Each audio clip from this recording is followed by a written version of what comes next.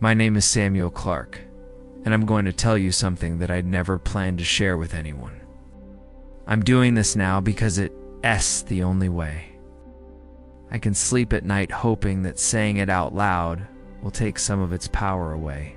I had just moved back to my childhood town in Vermont, trying to pull my life together after a bad breakup and the loss of my job in Boston. My parents had passed a few years before, leaving me their old cabin near the woods. It wasn't much a small, drafty A-frame house at the end of a long, frozen dirt road, but it was mine. And on December 25th, I decided to spend my first Christmas alone in that cabin, thinking maybe solitude would help clear my mind. Maybe it'll help you too, if you ever hear knocking at your door in the dead of winter.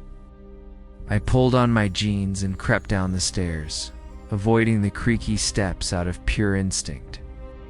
At the foot of the stairs, I peeked through the curtain of the small front window. It happened when I was 28 years old. The porch light barely reached them, but I could see enough. The man wore an old-fashioned coat, dark wool, double-breasted with a high collar turned up against the snow. His hair looked soaked. The girl clung to his side, her head buried in his coat. His face was sharp and drawn, but what struck me most were his eyes, dark and sunken, as if he hadn't slept in weeks. The girl didn't look up at all. She wore what looked like a thin white dress, like something you'd see on a child at a summer wedding knot in a Vermont blizzard. I checked my phone, no new messages. The only sound was the wind scratching branches against the roof.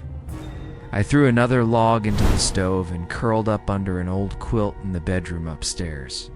But the other part, the part raised by decent parents in a small town, told me I couldn't just leave them out there. Maybe they'd broken down. Maybe they were lost. People freeze to death in these woods every year.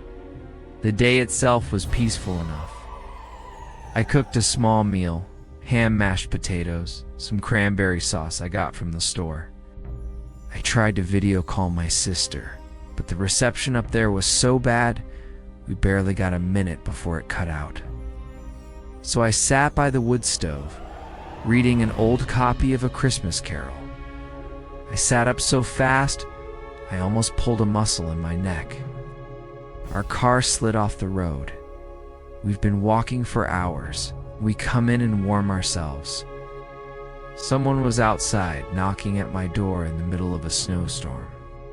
Maybe it was the girl's bare feet, half buried in the snow. Maybe it was how they didn't seem cold even though their clothes were soaked through.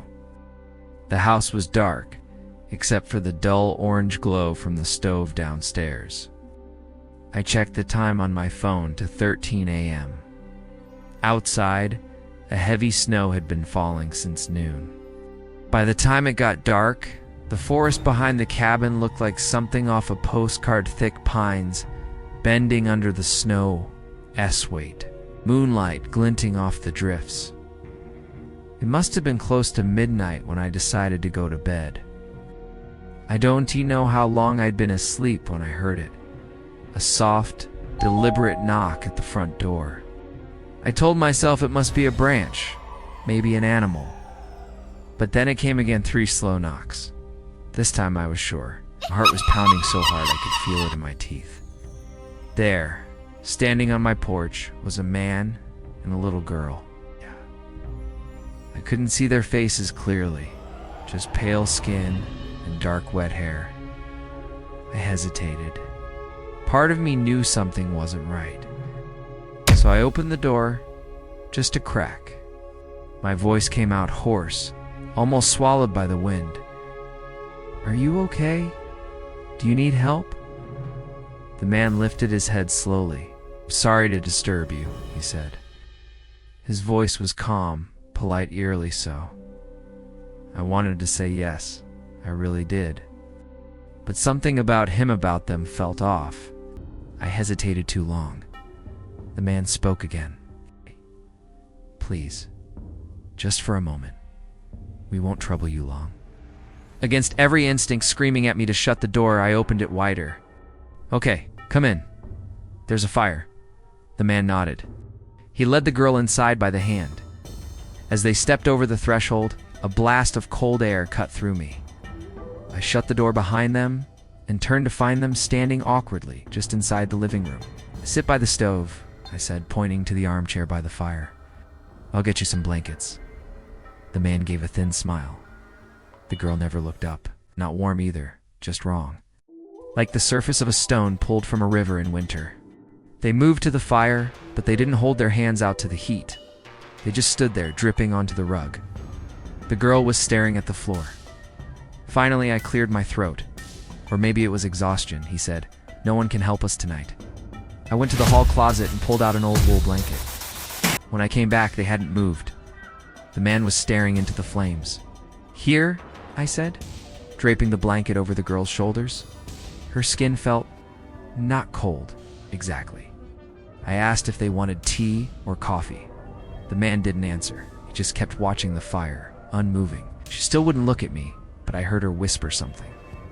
It sounded like, "Don't let them in."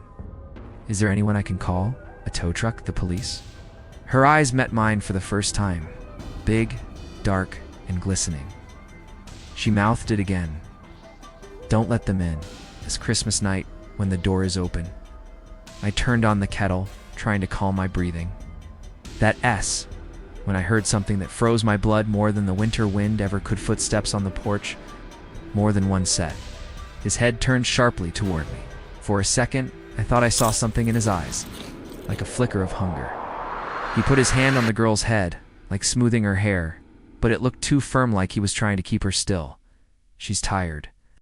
May she lie down for a moment?" I forced a laugh. "Well, it's Christmas. Or I guess it's already the 26th. I grabbed the poker from the stove, useless, but it made me feel less helpless. The man tilted his head as if tasting the date on his tongue. I didn't know what he meant by that. I asked the girl if she was okay. I leaned closer. "What did you say?" The girl was weeping now, rocking back and forth. I pointed to the couch. "She can rest here." The man snapped upright. The wind howled louder, but it sounded like voices, whispers on every draft, echoing through the walls. I didn't want them upstairs. I didn't want them anywhere. But what could I say? Smiling, their teeth too many, their eyes black pits. The only light was the fire, throwing their shadows huge and flickering against the walls. He guided her to the couch and sat her down. The girl was on her feet now, grabbing my arm. Her hand felt ice cold. I stepped back toward the kitchen, pretending to busy myself with making tea. I closed every window, every curtain. The whole time I could hear them, circling the house, whispering my name like a chant. Then I heard the back door 3 knocks, on the kitchen side. I slammed it shut, though I'd swear it was already closed, and threw the bolt. I never went back. It's still there, I think, empty, rotting in the snow. The pounding came back, furious now, rattling the walls. I spun around, but no one was there. Then a window 3 taps on the glass like fingernails. "It's too late to close the door, Samuel." Just the rug, soaked where they'd stood. The fire in the stove had gone out, dead coals and cold ash. Then, 3 knocks on the door, slow, deliberate. It only faded when the first light of dawn crept through the trees.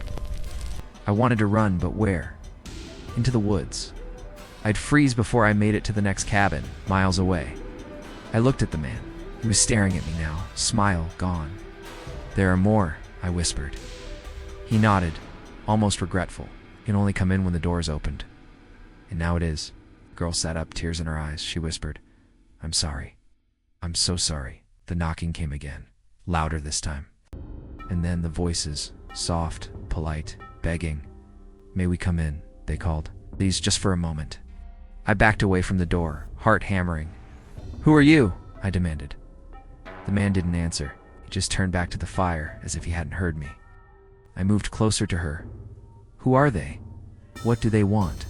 She met my eyes. "They're cold. They always want warmth. They find a door.